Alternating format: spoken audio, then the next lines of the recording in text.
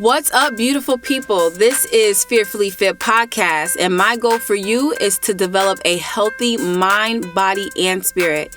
I'm going to be sharing with you an in-depth look into how I lost over 100 pounds and had a total life transformation.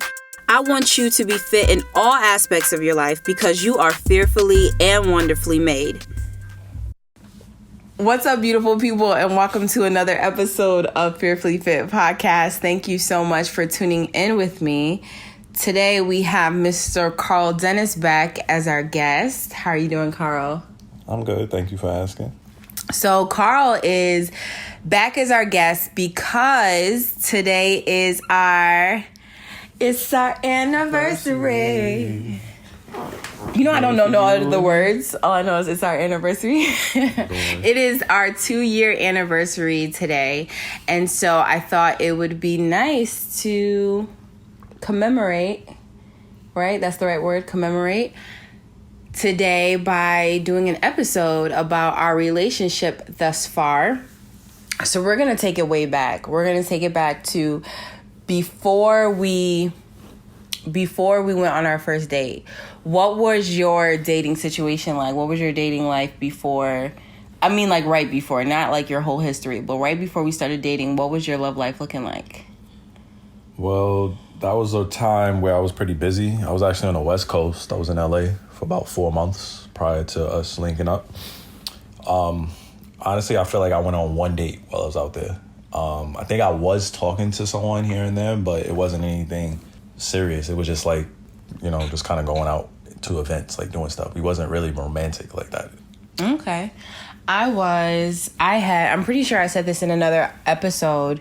I was getting out of a situationship and I had left it all at the altar. Like I was all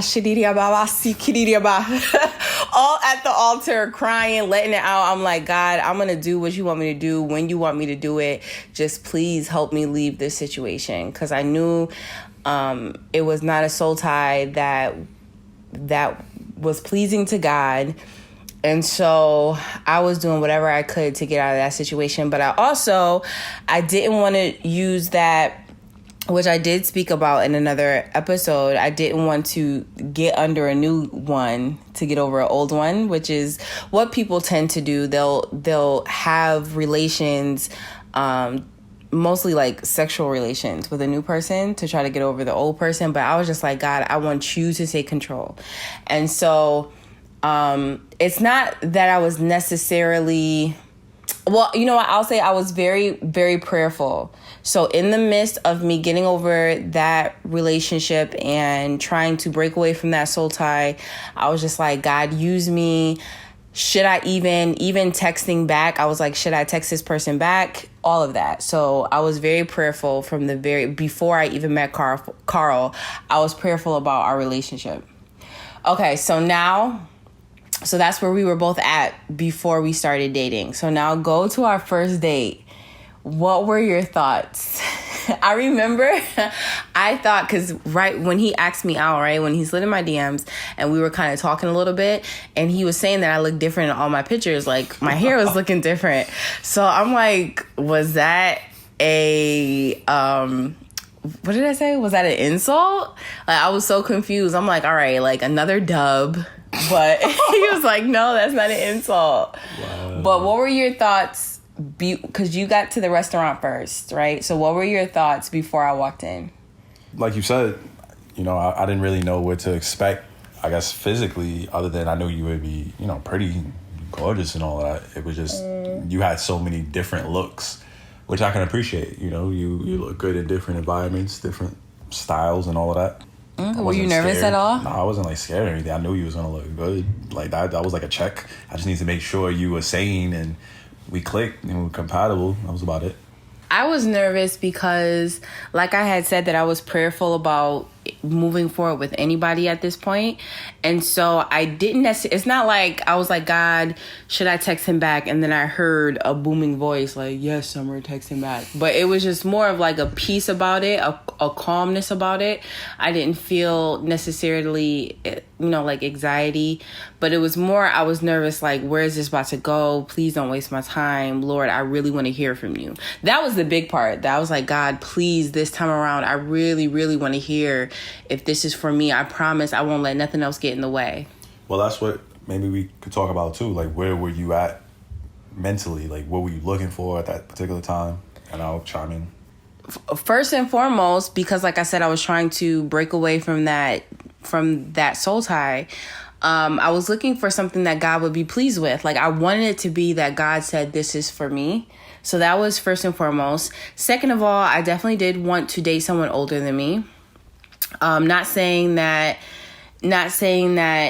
younger people can't be serious, because it really just depends on who you're talking to. But just at that point, if I could leave it up to me and have a list, I would say someone who was older than me. I wanted someone who was not necessarily you've accomplished everything, but I needed someone who was on that track to do so, who was taking action.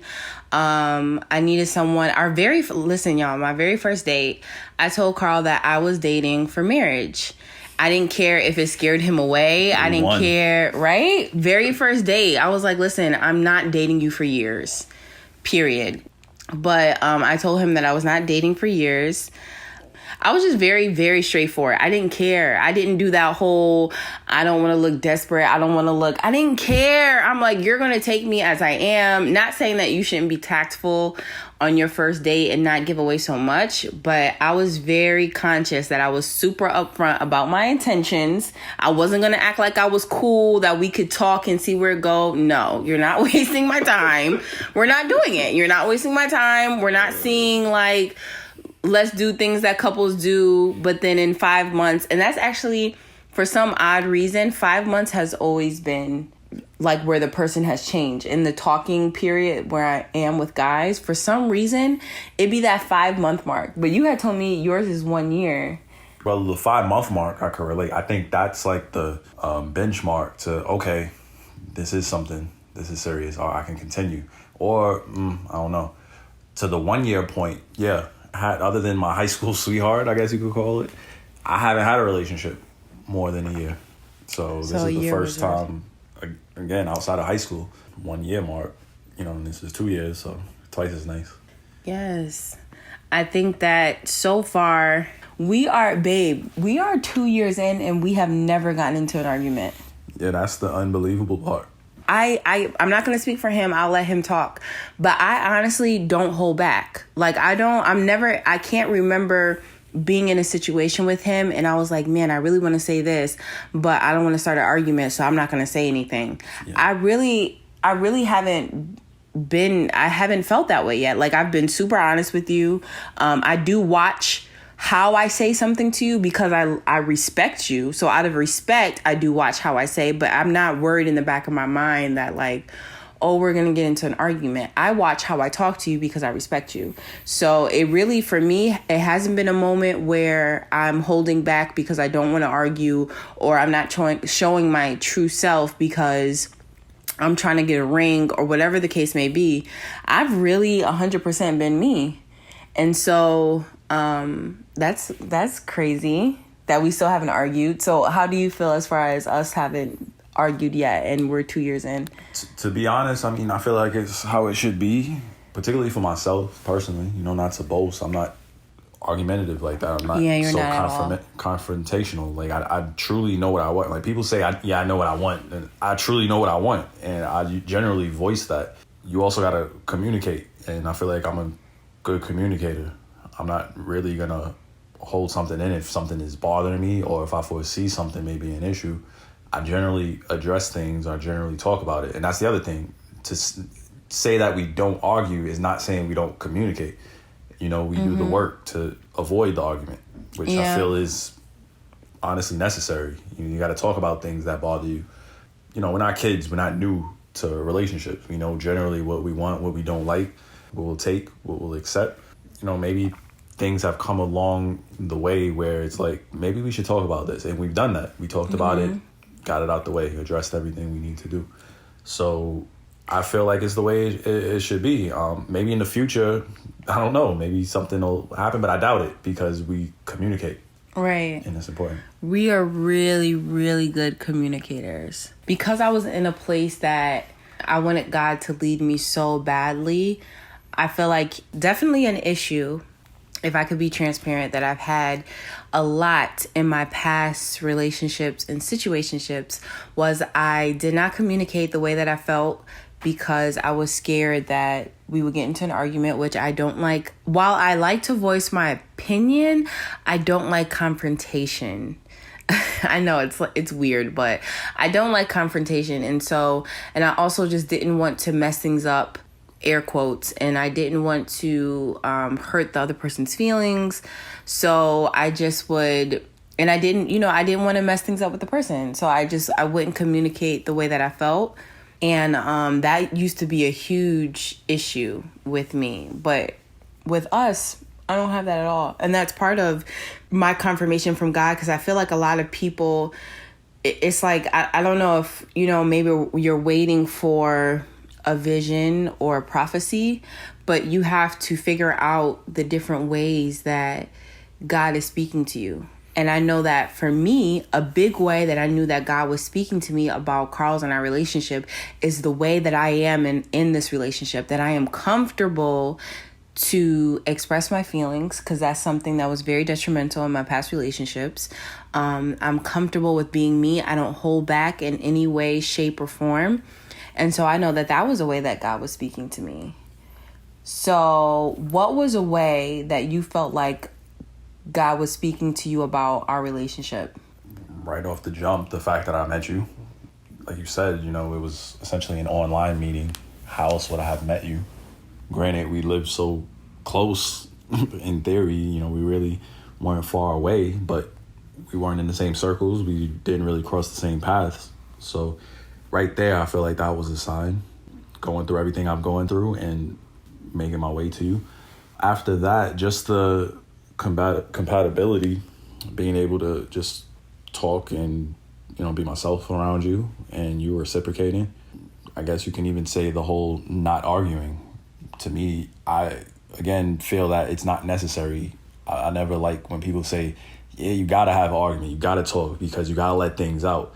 But letting things out in argument are not synonymous. Yes. You can talk. You can talk things out. Conflict is not the same as an argument.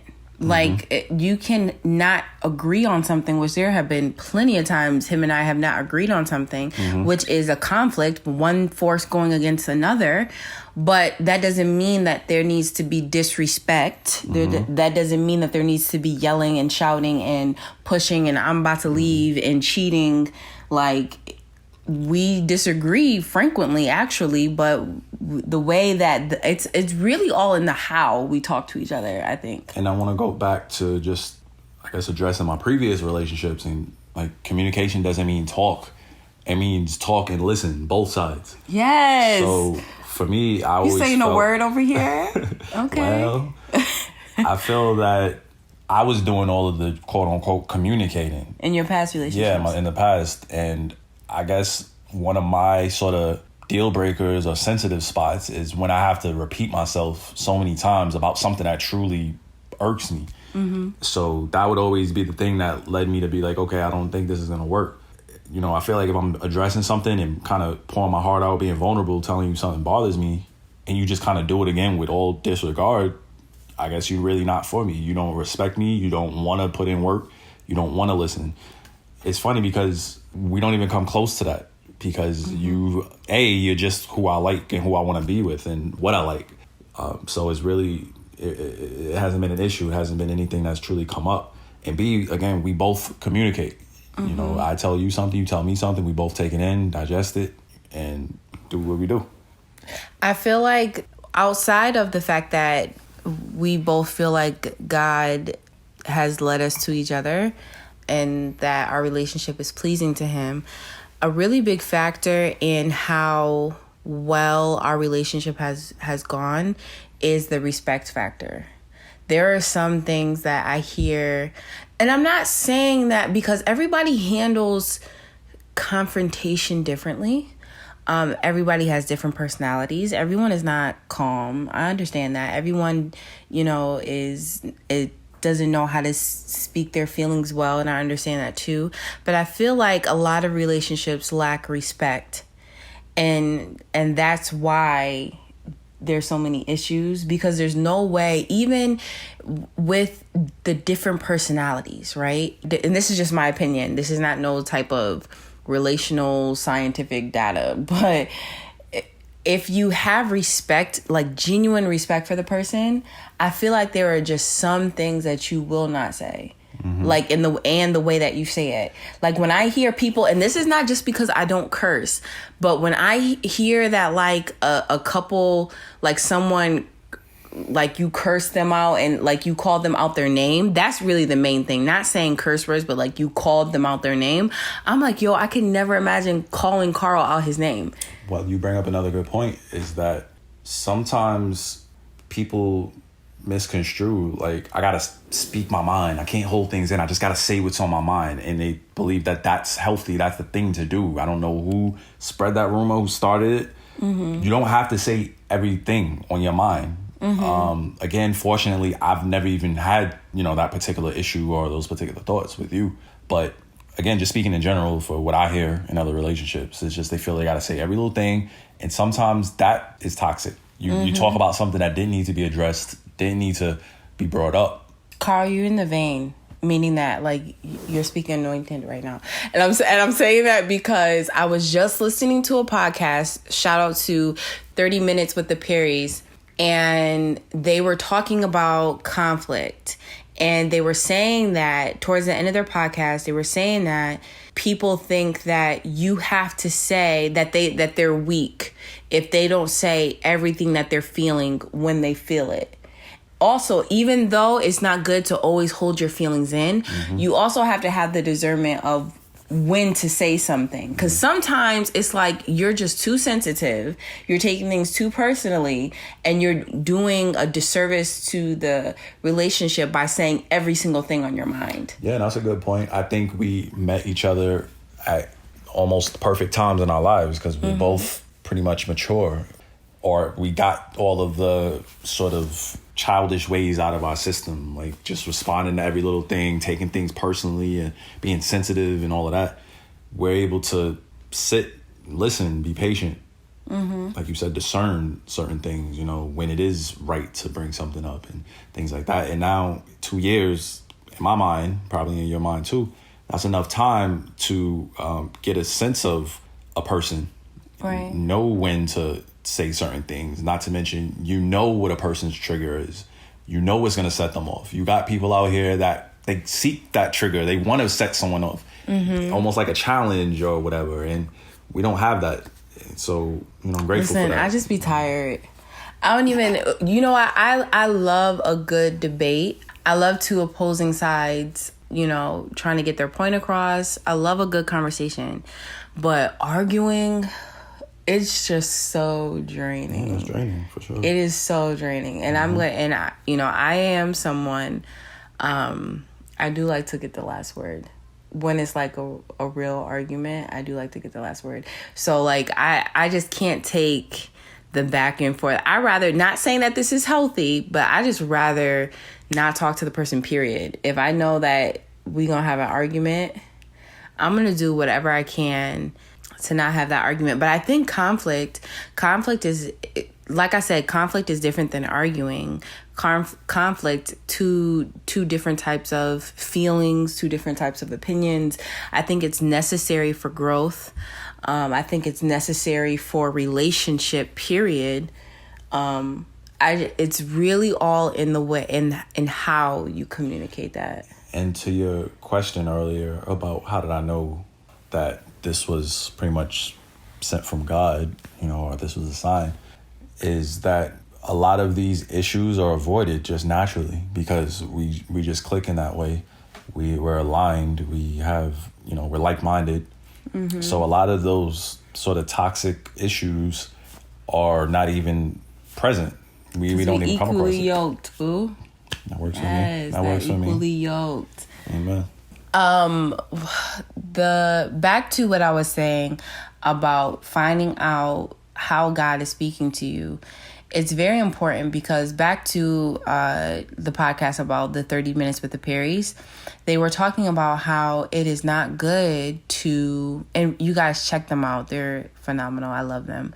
But they're a married couple. They're professional poets, and they're amazing. But anyways, they were saying that a lot of false doctrines, even though this is a very dramatic example, a lot of false doctrines were birthed from people having, quote, air quote, visions and dreams and prophecies from what they felt was God, which, is wrong. So be careful that that's not the thing that you're waiting for to pursue someone or feel like that's the person for you. It really goes back to your relationship with God and nourishing that relationship to the point that you know what God's voice sounds like to you. For me, I dealt a lot with anxiety about certain things and just constantly second guessing. And with my relationship with Carl, it has been just like an ultimate peace. Like it is just such a, and I didn't even realize the weight that I was holding in my past relationships with anxiety about concern about what they doing, who they doing it with, why they not texting me back, whatever. I felt that for a very brief moment when we first started talking, when I had graduated with my bachelor's and I was at graduation and you weren't texting me back. And I'm like, here we go again. I'm like, another one. But then he ended up texting me back. But that is literally the last time I felt like I had any type of anxiety within our relationship. So with me, that's how I'm knowing that God continues to speak to me is the peace that I feel. And even though we're 2 years in, I still ask God, continue to speak to me and reveal to me truths that I may not can see because I'm so in love. I don't want my feelings to blind me, that's a brave thing to do because we're 2 years in. I felt like 100% that God said that you are my husband. So for me to still pray like, God, let your will be done, that's a hard prayer. Because what if God tells me it's not for me no more? And we 2.5 years in, I'm over here thinking you about to propose any day. And God is like, nah, that's not it. Yeah, that's a good point. Again, something else you addressed is sort of being, I guess, disillusioned or, what's the term? Sort of like confirmation bias, I guess. That might not be the exact term, but the idea being that, I wanted this, and this seems like that might be in that direction. This might be the thing. Let me take it as it is. And at the end of the day, only you know in your heart of hearts, knowing that it's from God. It is affirmed from above, above. Again, just having it all affirmed from God. You're never going to hear an audible, this is it, Summer, this is it, he's the one, this is it. It don't work that way. You can't lie to yourself. You can't just be wishful thinking. I just want someone right now, and he's the closest thing. He's in my proximity. This is it. Let me just take this. This must be a sign from God. Right. I think also one thing I can really appreciate is that neither one of us has a specific relationship that we want to emulate, where we saw that and we was like, yeah, I want that. And now we're rushing to, not saying that, because that's incredible. If you have a relationship that's not, I'm talking about a celebrity relationship that you don't know them outside of Instagram. I mean, a physical relationship that you're like, oh, wow, that's beautiful. I aspire to have that. That's amazing if you can have an example. But for us, we don't necessarily have that example that we're like, okay, that's what I want. I'm excited to have that. And so that's our driving force. So I think that's an authenticity in and of itself, is that our desire to be with each other and to be married and to, you know, have this lasting relationship is really just deep rooted within ourselves. Like, it's not something that, and like I said, if you can have that example, that's awesome too. But just something with us, I think, is pretty cool. And I actually never thought of it until I'm speaking right now, is that we're not even looking at any outside examples of, I want that. That's my driving force. I don't think I even love you the way I say, but I just love the idea of what I see. So I want that. You know what I mean? Mm-hmm. Ours is specifically just like a deep rooted feeling towards each other. Like, listen, this is what we want. We know what not to do. You know what I mean? Mm-hmm. And so I think that that's beautiful too. Agreed. So we're 2 years in. It has been literally incredible so far. Not to be corny, but I can 100% say I have never, from a boyfriend, from a love interest, I have never felt this type of love, because it's true love. It's real. It is love. The other situations that I was in, it was affection. It was lust. It was desire, but it was not love. And so this is honestly, and that, because God is peace, you know what I'm saying? And I think that that's such the word that I stand on with you and I, of why I'm just so confident and is because it's peace. I have peace in my mind. I have peace when I go to sleep. I'm never worried that, like, and like I said, God will speak to people in other ways. But for me, that is a big deal. I mean, that's good to know. I try to make it a point to make whoever I'm with comfortable enough to come to me about any sort of thoughts or anything I may be doing that doesn't fit their standards or meet their goals. So I feel like I would be even more mad or upset if I heard something from you, you know, moments from now, a year from now, that you didn't address a long time ago. That to me, that would sort of be the worst thing for me. Like, why were you holding this all this time? You're very inviting. Friend, you know? No, yeah. You do a great job of being approachable, and you reciprocate it as far as reciprocating the honesty. So, yeah, you make me very comfortable to come to you with my feelings and thoughts, or even if I just want to vent, whatever the case may be. And you're very proactive too. It's not like I'm bringing to you an issue and that's just what the issue is, but you're also very proactive. Like, okay, here's this issue. I don't like when you do this, so let's start doing this. And this is what will hopefully make it better. You know what I mean? Yeah, that's a good point too. I think it kind of gets overlooked sometimes, where people have that phase of, you know, hey, what's your favorite this, your favorite that? Sometimes it's as small and trivial as your favorite color, but you know, you do a great job of getting a little deeper. You know, how do you feel about this? How did this happen in your previous relationship?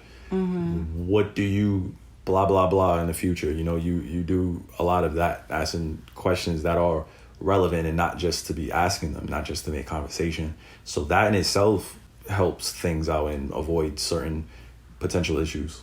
Mm-hmm. Thank you. Well, you guys, once again, this was short and sweet, but thank you so much for joining us today and sharing our 2-year anniversary. I can't wait to look back on this when we're married and with kids and let our kids listen to it. What? How do you feel about kids? I would say like maybe 30 years from now. 30. Okay. What you think? That's grandma age. It is considered a geriatric birth at the age of 35, which is crazy, because the closer I get to 35, I'm like, that's not even old, but that's considered a geriatric birth. Crazy. All right, you guys. Thank you once again for tuning in. We hope that you have a lovely day, and we love you. Thank you. Bye.